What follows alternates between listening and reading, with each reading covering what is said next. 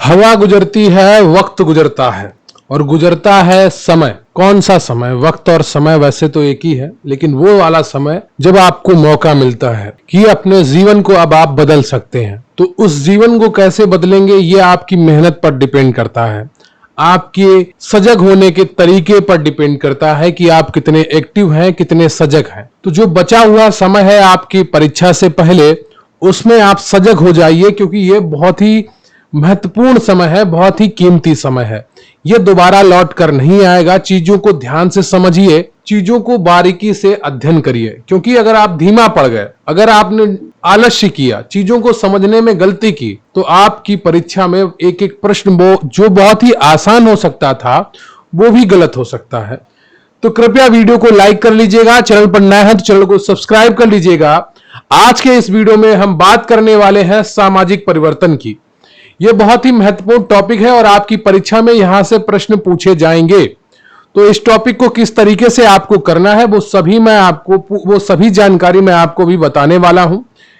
Topic आपके लिए महत्वपूर्ण है, इसलिए वीडियो को अंत तक जरूर देखिएगा। और मैं डायरेक्ट आपको टॉपिक पढ़ा रहा हूं ताकि आपका समय बचे। समय की कीमत को समझिएगा और वीडियो को लाइक कर लीजिएगा। चैनल पर नया है तो चैनल को सब्सक्राइब कर लीजिएगा। तो चलिए शुरू करते हैं आज का ये टॉपिक कि सामाजिक परिवर्तन क्या है। सामाजिक परिवर्तन समाज में होने वाला परिवर्तन ही है। तो क्या है सामाजिक परिवर्तन? वह परिवर्तन है जो समाज में होता है। ठीक है, सामाजिक परिवर्तन का अर्थ क्या है? सामाजिक परिवर्तन दो शब्दों से मिलकर बना है, एक है सामाजिक और परिवर्तन। सामाजिक शब्द का आशय है समाज से संबंधित। क्या है सामाजिक शब्द का आशय? समाज से संबंधित। और परिवर्तन का आशय है भिन्नता का होना, कि कुछ नया हो गया। इस प्रकार सामाजिक परिवर्तन से आशय सामाजिक संबंधों में परिवर्तन या भिन्नता उत्पन्न होने से है। सामाजिक परिवर्तन एक प्रक्रिया है और स्थान और परिस्थिति के अनुसार इसकी गति तेज या कम होती रहती है। शाब्दिक दृष्टि से समाज में होने वाले परिवर्तन सामाजिक परिवर्तन कहलाते हैं। क्लियर है आपको? जैसे एक समय पर स्त्रियों को उतना पढ़ने का मौका नहीं मिलता था, अब सभी को लगभग मिल रहा है। एक समय पर था कि केवल स्त्री घर का ही काम करती थी, अब सारे काम कर रही है। तो ये क्या है? ये समाज में परिवर्तन आया है। देखिए, जब तक आप खुद से जोड़कर चीजों को नहीं देखेंगे, चीजें आपके लिए आसान नहीं होंगी। जैसे ही आप चीजों को खुद से जोड़कर देखने लगेंगे, अपने परिवार से जोड़कर देखने लगेंगे, अपने समाज से जोड़ के देखने लगेंगे, हर एक चीज आसान हो जाएगी। तो आसान बनाना है अगर, तो चीजों को जोड़कर देखना शुरू करिए। अब बात कर लेते हैं कि सामाजिक परिवर्तन की परिभाषा क्या है। सबसे पहले बात करते हैं मैकाइवर और पेज के अनुसार। इनका कहना है कि सामाजिक संबंधों में होने वाला परिवर्तन ही सामाजिक परिवर्तन है। तो मैकाइवर और पेज ने क्या कहा कि सामाजिक संबंधों में होने वाला परिवर्तन ही सामाजिक परिवर्तन है। जहां पर सामाजिक संबंधों की बात हो, परिवर्तन की बात हो, वो परिभाषा मैकाइवर एवं पेज की है। यह चीज आप ध्यान रखिएगा। अगली परिभाषा है किंग्सले डेविस की। इनको शॉर्ट में के डेविस भी कहा जाता है। सामाजिक परिवर्तनों से इनका कहना है कि सामाजिक परिवर्तन सामाजिक संगठन अर्थात समाज के ढांचे और कार्यों से उत्पन्न होते हैं।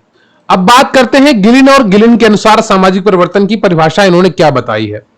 सामाजिक परिवर्तन का अर्थ जीवन में होने वाले परिवर्तन है, चाहे वह परिवर्तन भौगोलिक दशाओं के कारण हो, सांस्कृतिक उपकरणों के कारण हो, जनसंख्या के स्वरूप अथवा विभिन्न सिद्धांतों के कारण हो, या एक समूह में आविष्कार तथा संस्कृति के प्रसार से उत्पन्न हो।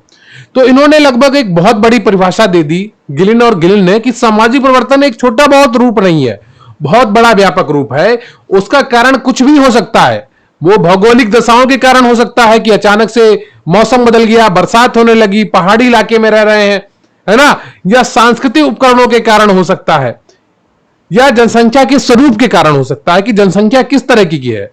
जनसंख्या स्वीकार करती है या आक्रमण करती है, हिंसा करती है, उसके कारण भी सामाजिक परिवर्तन की दर निर्धारित होती है। क्लियर है आपको? तो ये गिलिन और गिलिन के अनुसार परिभाषा थी। एमडी जोन्स की परिभाषा वैसे इतनी इंपॉर्टेंट नहीं है, लेकिन एक बार देख लीजिए।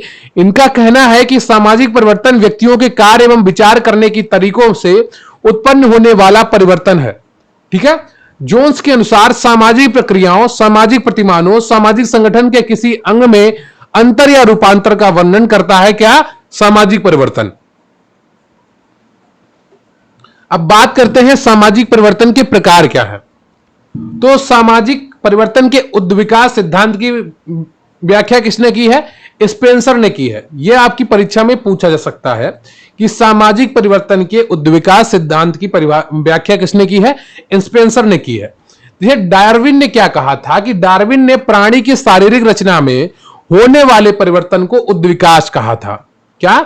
डार्विन थे एक वैज्ञानिक जिन्होंने जीव विज्ञान के लिए काफी परिभाषाएं लिखी हैं।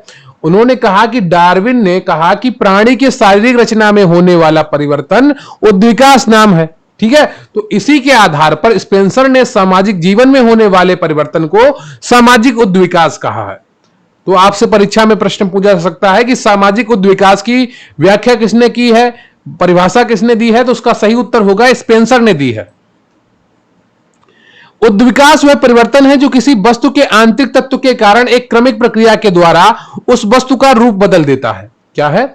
उद्विकास वह परिवर्तन है जो किसी वस्तु के आंतरिक तत्वों के कारण एक क्रमिक प्रक्रिया के द्वारा उस वस्तु का रूप बदल देता है, तो वह उद्विकास है।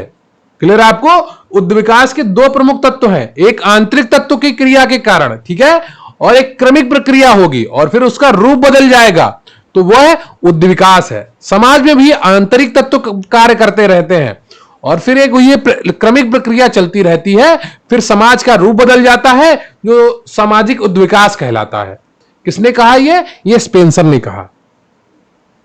इस प्रकार ऐसे परिवर्तन एक निश्चित दिशा की ओर अवश्य होते हैं, लेकिन यह नहीं कहा जा सकता कि वह समाज के लिए अच्छे होंगे या बुरे होंगे। ऐसे परिवर्तन आरंभ में बहुत ही अनिश्चित प्रकृति के होते हैं, लेकिन धीरे धीरे उनका रूप स्पष्ट होने लगता है। अगली जो परिभाषा है वो है प्रगति। कि प्रगति क्या है? प्रगति सामाजिक परिवर्तन का ही एक रूप है जो समाज द्वारा मान्यता प्राप्त लक्ष्यों की दिशा में होता है। यदि कोई परिवर्तन लक्ष्य की ओर है लेकिन वह लक्ष्य समाज विरोधी हो तो उस परिवर्तन को प्रगति नहीं कहा जा सकता है।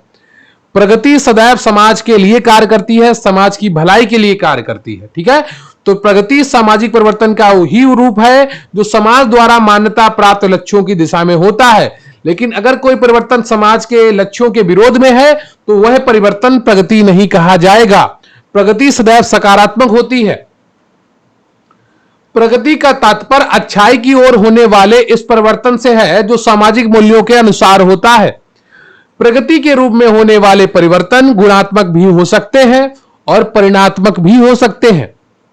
वर्तमान युग में प्रगति का संबंध मुख्यतः इन परिवर्तनों से है जो समाज, संस्कृति और अर्थव्यवस्था में योजनाबद्ध रूप से लाए जाते हैं। अगला जो परिवर्तन का है, सामाजिक परिवर्तन का प्रकार है, वो विकास है। विकास के रूप में होने वाले परिवर्तन उद्विकास तथा प्रगति से अलग होता है। सरल शब्दों में कहा जा सकता है कि नई प्रौद्योगिकी की सहायता से जब हम उत्पादन और आर्थिक विकास की दिशा में आगे बढ़ते हैं तब ऐसे परिवर्तन को विकास कहा जाता है। क्या होता है कि प्रौद्योगिकी की सहायता से और जब हम उत्पादन और आर्थिक विकास की दिशा में आगे बढ़ते हैं तो ऐसे परिवर्तन को विकास कहा जाता है, यानी कि डेवलपमेंट। समाजशास्त्रीय अर्थ में विकास शब्द का प्रयोग एक ऐसी दशा के लिए किया जाता है जिसमें मनुष्य अपने ज्ञान और कुशलता के द्वारा प्राकृतिक पर्यावरण के प्रभाव से छुटकारा पाने में सफल हो जाता है। विकास से संबंधित परिवर्तन मनुष्य रूप से आर्थिक वृद्धि की दिशा को स्पष्ट करते हैं। अगला जो परिवर्तन का प्रकार है वो है क्रांति। सामाजिक परिवर्तन का एक विशेष प्रकार क्रांति के रूप में हमारे सामने आता है। क्रांति की कोई सर्वमान्य परिभाषा दे सकना, देश नहीं होगा यहां पर, दे सकना बहुत कठिन होता है। इसका कारण यह है कि कुछ लेखक केवल राजनीतिक व्यवस्था में होने वाले परिवर्तन को क्रांति कहते हैं, जबकि अनेक विद्वानों ने क्रांति को एक ऐसा परिवर्तन बताया है जो समाज की राजनीतिक, आर्थिक और सामाजिक संपूर्ण व्यवस्था को बदल देता है। क्रांति अचानक रूप से होने वाला वह परिवर्तन है जिसके द्वारा एक विशेष समय में स्थापित राजनीतिक व्यवस्था को बलपूर्वक बदल करके नई कानूनी और सामाजिक व्यवस्था की स्थापना कर दी जाती है। क्लियर है आपको? तो क्रांति अचानक रूप से परिवर्तन देती है जो राजनीतिक व्यवस्था को बलपूर्वक बदलती है और नए और सामाजिक व्यवस्था की, नए कानून और सामाजिक व्यवस्था की स्थापना करती है। क्लियर आपको? तो ये क्रांति हो गई। अगला जो प्रकार है आपका वो है अनुकूलन। सामाजिक परिवर्तन का एक विशेष रूप अनुकूलन की प्रक्रिया के रूप में देखने को मिलता है। यह वह परिवर्तन है जिसमें एक दूसरे से अलग संस्कृतियों और धर्मों, भाषाओं और क्षेत्रों के लोग अपने आप को बदली हुई दशाओं के अनुरूप बनाने का प्रयत्न करते हैं।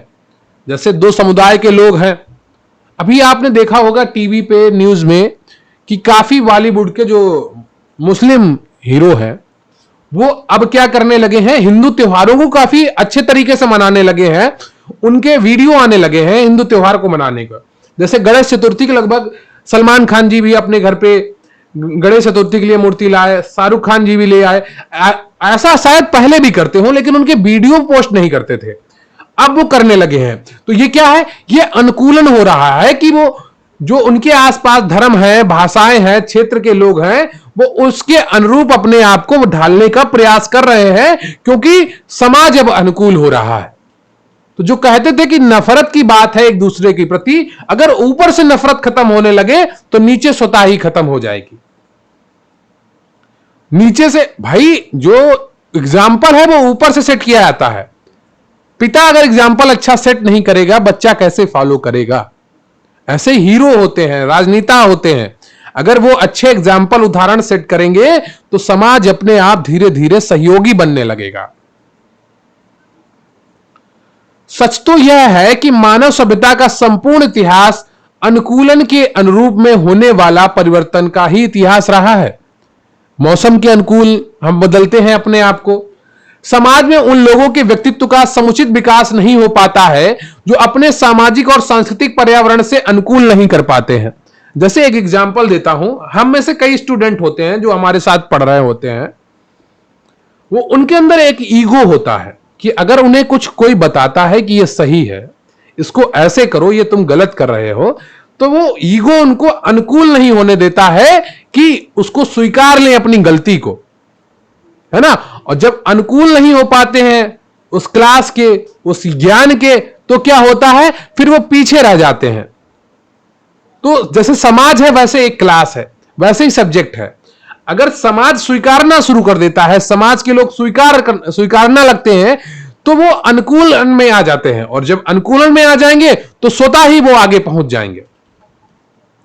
समाज में सहयोग तथा अपने में अलग संस्कृति को अपनाना अनुकूलन के ही अन्य रूप है। अब बात करते हैं सामाजिक परिवर्तन की विशेषताओं की। सामाजिक परिवर्तन की प्रकृति सामाजिक होती है। इसका अर्थ है कि सामाजिक परिवर्तन का संबंध किसी व्यक्ति के विशेष समूह, विशेष संस्था, जाति, प्रजाति तथा समिति में होने वाले परिवर्तन से नहीं है। इस प्रकार का परिवर्तन व्यक्तिवाद प्राकृतिक का होता है, जबकि सामाजिक परिवर्तन का संबंध संपूर्ण समुदाय एवं समाज में होने वाले परिवर्तन से है। तो जातिगत जो परिवर्तन होते हैं, संस्थागत परिवर्तन होते हैं, वो सब व्यक्तिवाद प्रकृति के होते हैं। ठीक है, व्यक्तिवाद प्रकृति के होते हैं, लेकिन जो सामाजिक परिवर्तन है ये संपूर्ण समुदाय एवं समाज में होने वाले परिवर्तन से इसका आशय है। अगला है आपका पॉइंट कि सामाजिक परिवर्तन एक सार्वभौमिक घटना है। देखिए, आप इतना भी याद कर लेंगे जितने ये पॉइंट है तब भी काम चलेगा, बस एक बार आप समझ लीजिए। सामाजिक परिवर्तन एक सर्वव्यापी घटना है। यह सभी समाजों एवं सभी कालों में होता है। ठीक है, मानव समाज की उत्पत्ति के काल से लेकर आज तक अनेक परिवर्तन हुए हैं और आगे भी होते रहेंगे। सामाजिक परिवर्तन स्वाभाविक है। प्रत्येक समाज में अनिवार्य रूप से परिवर्तन दिखाई देते हैं। प्रति समाज में अनिवार्य रूप से परिवर्तन दिखाई देते हैं। प्रति होगा यहां पर, प्रतीक नहीं होगा। ठीक है, यहां पर क्या होगा, प्रति होगा। प्रति समाज में, यहां या प्रत्येक कर लीजिए, प्रत्येक ज्यादा सही रहेगा। प्रत्येक समाज में अनिवार्य रूप से परिवर्तन दिखाई देता है और यह एक स्वाभाविक घटना है। परिवर्तन प्रकृति का नियम है और समाज भी प्रकृति का एक अंग होने के कारण परिवर्तन से कैसे बच सकता है। क्लियर है आपको? अगला जो पॉइंट है वो है सामाजिक परिवर्तन की गति असमान होती है। यह आप सभी को पता है। तो सामाजिक परिवर्तन सभी समाजों में पाया जाता है, फिर भी सभी समाजों में इसकी गति असमान होती है। जैसे हिंदू समाज है वो काफी जल्दी परिवर्तन को स्वीकार कर लेता है। जैसे सती प्रथा हो, पर्दा प्रथा हो, या विधवा विवाह पुनर्विवाह न करवाना हो, कुछ भी हो, बहुत ही जल्दी हम लोग इससे बाहर आ गए। लेकिन वहीं पर दूसरे समुदाय हैं कई ऐसे जो इससे बाहर नहीं आ पा रहे हैं। और जहां पर आर्थिक स्थिति सही होने लगती है और परिवार एकल परिवार में होने लगता है, वहां पर परिवर्तन करना बहुत ही आसान हो जाता है, लोग स्वीकारने लगते हैं। लेकिन यहां पर गूढ़ता बनी रहती है, रूढ़वादिता बनी रहती है, वहां पर परिवर्तन को स्वीकार कर पाना बहुत ही मुश्किल हो जाता है। जहां पर स्त्रियों को सम्मान से की दृष्टि नहीं देखा जाएगा, जहां पर स्त्रियों को, माताओं को, बहनों को उतना सम्मान नहीं दिया जाएगा, वहां पर परिवर्तन ला पाना बहुत ही ज्यादा चुनौती का कार्य होता है। लेकिन अगर आप किसी स्त्री को सम्मान की दृष्टि देखते हैं, माता की दृष्टि देखते हैं, तो उसके लिए फिर आपको कार्य करने में दिक्कत नहीं होगी, क्योंकि आपके मन में पहले से ही उसके प्रति सम्मान की भावना है। यही नियम है समाज में। समाज में अगर आपके मन में किसी के लिए सम्मान की भावना है, तो फिर आप उसके लिए कुछ भी करने को तैयार होते हैं, जिससे उसे ज्यादा तकलीफ ना हो। बस एक बार आपको एहसास करवाना होता है कि आपके इस कार्य से उसको तकलीफ हो रही है। अगर आप समझ गए, तुरंत करना वो कार्य आप बंद कर देते हैं। यही होता है जब हमारा समाज स्त्रियों, पुरुषों, बच्चों के प्रति सम्मान की भावना रखता है अपने मन में, तो फिर उसके साथ होने वाले अन्याय के खिलाफ के लिए लड़ने के लिए भी तैयार हो जाता है, अन्याय तो बंद करता ही है।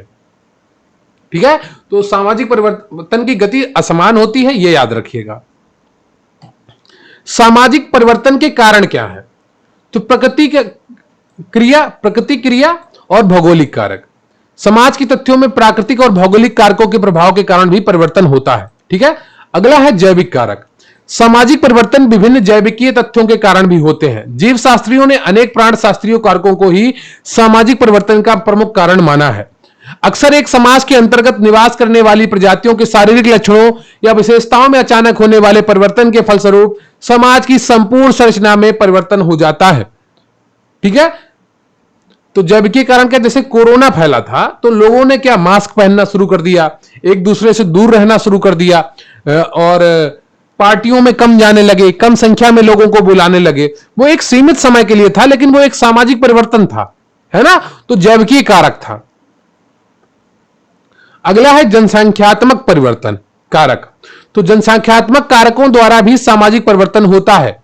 जनसंख्या का आकार, प्रकार, घनत्व का उतार चढ़ाव, जनसंख्या की गतिशीलता, बनावट तथा वितरण समाज में परिवर्तन लाते हैं। जन्म दर की अधिकता के फलस्वरूप जनसंख्या में अत्यधिक वृद्धि होती है, जिससे समाज में जनसंख्या की वृद्धि की स्थिति उत्पन्न होती है। ऐसी स्थिति में निर्धनता, भुखमरी, भिक्षावृत्ति, वेश्यावृत्ति, अपराध, शिशु हत्या आदि समस्याओं का जन्म होता है। तो ये सारी चीजें उत्पन्न होती हैं जब जनसंख्या बहुत ज्यादा हो जाती है और आर्थिक साधन कम उपलब्ध होते हैं और लोगों के पास पर्याप्त रोजगार नहीं होते हैं, लोगों की मनःस्थिति भी नहीं होती है कि स्वाभिमान के साथ कहीं पर रोजगार करें। तो फिर क्या होता है कि वेश्यावृत्ति आती है, निर्धनता आती है, भुखमरी आती है, अपराध आते हैं, अपराधों में अपहरण आता है, हत्याएं आती है, चोरी आती है, डकैती आती है ना। तो ये सारी चीजें आती हैं अगर जनसंख्या अनियंत्रित रूप से परिवर्तित हो। अगला है आर्थिक कारक। तो सामाजिक परिवर्तन के क्षेत्र में आर्थिक कारकों की महत्वपूर्ण भूमिका होती है। विश्व में प्रत्येक मानव की रोजी रोटी और मकान की आवश्यकता होती है, जिन्हें जीवन की मूलभूत आवश्यकताएं कहा जाता है। अगला कारक है प्रौद्योगिकी कारक। समाज की संपूर्ण सामाजिक संरचना आज प्रौद्योगिकी की यंत्र कला पर आधारित है। यहां पर प्रौद्योगिकी होगा, ठीक है। मशीनीकरण के साथ साथ सामाजिक जीवन भी मशीनीकरण होता जा रहा है, मशीनीकृत होता जाता रहा। सांस्कृतिक कारक भी होते हैं, क्योंकि सांस्कृतिक कारक में धर्म आते हैं, नैतिक आता है, नैतिक विकास, विश्वास, प्रथाएं, परंपराएं, लोकचार एवं संस्थाओं को भी सम्मिलित किया जा सकता है। अगला है मनोवैज्ञानिक कारक कि व्यक्ति कैसे सोच रहा है, समाज कैसे सोच रहा है। औद्योगिकीकरण एवं नगरीकरण। अब औद्योगिकीकरण होगा, नगरीकरण होगा, कार्य करने के घंटे बढ़ जाएंगे, सुविधाएं बढ़ जाएंगी, तो फिर सामाजिक परिवर्तन आएगा। आधुनिकीकरण होगा। आज आधुनिकीकरण की तीव्र प्रक्रिया के फलस्वरूप अत्यधिक सामाजिक परिवर्तन हो रहा है। अब आधुनिकीकरण ज्यादातर बड़े शहरों में ज्यादा देखने को मिलता है। जब आप वहां जाएंगे तो वहां लेट नाइट पार्टीज होती हैं, यह भी सामाजिक परिवर्तन का एक हिस्सा है। सामाजिक आंदोलन भी सामाजिक परिवर्तन के प्रमुख कारक होते हैं। किसी भी समाज में जब कभी भी कोई आंदोलन हुआ है तो निश्चित रूप से उसके परिणाम स्वरूप कुछ ना कुछ परिवर्तन अवश्य हुए हैं। अब बात करेंगे सामाजिक परिवर्तन के सिद्धांतों की, प्रिंसिपल ऑफ सोशल चेंज। देखिए, मैं आपको बता दूंगा बिल्कुल सीमित, और क्लास थोड़ी लंबी हो रही है लेकिन आप इसको थोड़ा ध्यान से देखते रहिएगा। यहां से आप कुछ ना कुछ लेकर जाएंगे, समझने की दृष्टि से देखिए, क्योंकि आप एक बार 2-3 बार इसको पढ़ चुके होंगे। तो 2 सिद्धांत प्रमुख होते हैं सामाजिक परिवर्तन के, एक होता है चक्रीय सिद्धांत और दूसरा होता है रेखीय सिद्धांत। सामाजिक परिवर्तन के चक्रीय सिद्धांत क्या है? हम जहां से प्रारंभ होते हैं घूमकर फिर पुनः वहीं पहुंच जाते हैं। इस प्रकार के विचारों की प्रेरणा विद्वानों को शायद प्रकृति से ही मिली होगी। प्रकृति में हम देखते हैं कि ऋतु का एक चक्र चलता है, जैसे सर्दी, गर्मी, वर्षा की ऋतुएं एक के बाद एक आती रहती हैं। इसी प्रकार से रात के बाद दिन आता है एवं दिन के बाद रात का चक्र भी चलता है। चक्रीय सिद्धांतकारों में स्पेंगलर है, टाइनबी है, पेरेटो है एवं सोरोकिन है। अगर आपसे परीक्षा में पूछ लिया जाए कि निम्नलिखित में से कौन कौन चक्रीय सिद्धांतों के समर्थक है, तो उसमें स्पेंगलर होंगे, टाइनबी होंगे, पेरेटो होंगे, सोरोकिन होंगे। एक कोई ऑप्शन होगा या उपयुक्त सभी लिखा होगा जिसको आपको टिक करना होगा। ठीक है, तो इस तरीके के प्रश्न आपकी परीक्षा में बन सकते हैं। स्पेंगलर का सिद्धांत क्या है कि समाज परिवर्तन के बारे में जर्मन विद्वान ओसवाल्ड स्पेंगलर ने 1918 में अपनी पुस्तक the Decline of the West में अपने चक्रीय सिद्धांत प्रस्तुत किया। इस पुस्तक में उन्होंने सामाजिक परिवर्तन के उद्विकास सिद्धांतों की आलोचना की और कहा कि परिवर्तन कभी भी एक सीधी रेखा में नहीं होता है। सामाजिक परिवर्तन का एक चक्र चलता है, जहां से प्रारंभ होते हैं घूमकर पुनः वहीं पहुंच जाते हैं। अब बात करते हैं टाइनबी के सिद्धांत की। टाइनबी एक अंग्रेजी इतिहासकार थे। उन्होंने विश्व की 21 सभ्यताओं का अध्ययन किया था और अपनी पुस्तक आ स्टडी ऑफ हिस्ट्री में सामाजिक परिवर्तन का अपना सिद्धांत प्रस्तुत किया। विभिन्न सभ्यताओं के अध्ययन करने कर अपने सभ्यताओं के विकास का एक संबंध में प्रतिमान ढूंढा और सिद्धांत का निर्माण किया। टाइनबी के सिद्धांतों को चुनौतियों एवं प्रत्युत्तर का सिद्धांत भी कहते हैं। अब आपसे परीक्षा में पूछ लिया जाए अगर कि किस इतिहासकार ने या समाजशास्त्री ने सामाजिक परिवर्तन के सिद्धांत को से संबंधित चुनौतियों या प्रत्युत्तर का सिद्धांत दिया है, तो आपका उत्तर होगा टाइनबी। प्रत्येक सभ्यता को प्रारंभ में प्रकृति एवं मानव द्वारा चुनौती दी जाती है। इस चुनौती का सामना करने के लिए व्यक्ति को अनुकूलन की आवश्यकता होती है। पेरेटो का सिद्धांत क्या है? विल्फ्रेड पेरेटो ने सामाजिक परिवर्तन का चक्र सिद्धांत, जिसे अभिजात वर्ग के परिभ्रमण का सिद्धांत का प्रतिपादन अपनी पुस्तक माइंड एंड सोसाइटी में किया है। अब यहां से आपके 2 प्रश्न बन सकते हैं कि पेरेटो ने कौन सी पुस्तक लिखी है, तो माइंड एंड सोसाइटी लिखी है, और अभिजात वर्ग के परिभ्रमण का सिद्धांत किसने दिया है, तो पेरेटो ने दिया है। सामाजिक परिवर्तन से संबंधित अभिजात वर्ग के परिभ्रमण का सिद्धांत किसने दिया है, तो आपका उत्तर होगा विल्फ्रेड पेरेटो ने दिया है। उन्होंने सामाजिक परिवर्तन को वर्ग व्यवस्था में होने वाले चक्रीय परिवर्तन के आधार पर समझाया है। इनका मत है कि प्रत्येक समाज में हमें 2 वर्ग दिखाई देते हैं, उच्च और निम्न वर्ग। ये लगातार परिवर्तित होते रहते हैं एक दूसरे में। आज जो अमीर है कल वो गरीब होगा, आज जो गरीब है वो कल अमीर होगा। ये चक्रीय सिद्धांत चलता रहता है।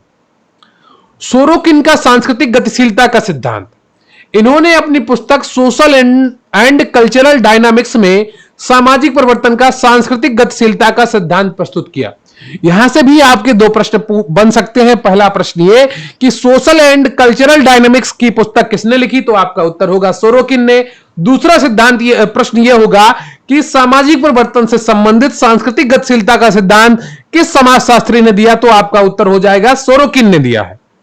तो इस तरीके से प्रश्न बन सकते हैं। कृपया वीडियो को लाइक कर लीजिएगा, चैनल पर नया है तो चैनल को सब्सक्राइब कर लीजिएगा। अब बात करते हैं सामाजिक परिवर्तन के रेखीय सिद्धांत की। तो सामाजिक परिवर्तन के रेखीय सिद्धांतकार उद्विकासीय वासियों से प्रभावित थे। वे इस बात को नहीं मानने के थे कि परिवर्तन चक्रीय गति से होता है। उनका कहना है कि परिवर्तन सदैव एक सीधी रेखा में नीचे से ऊपर की ओर विभिन्न चरणों में होता है। उद्विकासीय एवं रेखीय सिद्धांतकारों में काम्टे, स्पेंसर, हाबहाउस आदि प्रमुख हैं। तो अगस्त काम्टे का सिद्धांत है कि काम्टे ने सामाजिक परिवर्तन का संबंध मानव के बौद्धिक विकास से जोड़ा है। उन्होंने बौद्धिक विकास एवं सामाजिक परिवर्तन के 3 स्तर माने हैं। अगर आपसे परीक्षा में पूछ लिया जाए कि सामाजिक परिवर्तन के 3 स्तर किसने माने हैं, या 3 स्तर अगस्त काम्टे ने जो सामाजिक परिवर्तन के 3 स्तर बताए हैं वो कौन से हैं, तो पहला है धार्मिक स्तर। समाज की प्राथमिक अवस्था थी जिसमें मानव प्रत्येक घटना को ईश्वर एवं धर्म के संदर्भ में समझने का प्रयत्न करता था। दूसरा है तात्विक स्तर कि मानव घटनाओं की व्याख्या उनके गुणों के आधार पर करता था। इस अवस्था में मानव का अलौकिक शक्ति में विश्वास कम हुआ और प्राणियों में विद्यमान अमूर्त शक्ति को ही समस्त घटनाओं के लिए उत्तरदायी माना गया। अगला है वैज्ञानिक स्तर। मानव संस्कृति घटनाओं की व्याख्या धर्म, ईश्वरीय एवं अलौकिक शक्ति के आधार पर नहीं करता, लेकिन वैज्ञानिक नियमों एवं तर्क के आधार पर करता है। अगला है स्पेंसर का सिद्धांत, जिसके बारे में अभी आपको बता चुका हूं कि स्पेंसर ने सभी सामाजिक परिवर्तन का उद्विकासीय सिद्धांत प्रस्तुत किया है।